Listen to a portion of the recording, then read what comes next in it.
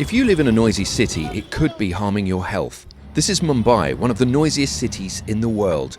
The constant background noise of road traffic is so loud that it often surpasses levels the WHO calls officially painful. But how bad is it actually for people's health?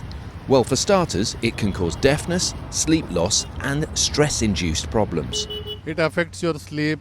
I have lost my sexual libido because of this noise pollution. Psychologists in India say people think they get used to it, but persistent noise over 75 decibels can increase your chances of heart disease and even premature death. The WHO goes as far as saying millions of healthy human life years are lost as a result. Mumbai is investing heavily in infrastructure like new metro lines which run quietly and will ease pressure on traffic. And Mumbai noise activists are hopeful that raising awareness can make for safer and less noisy streets.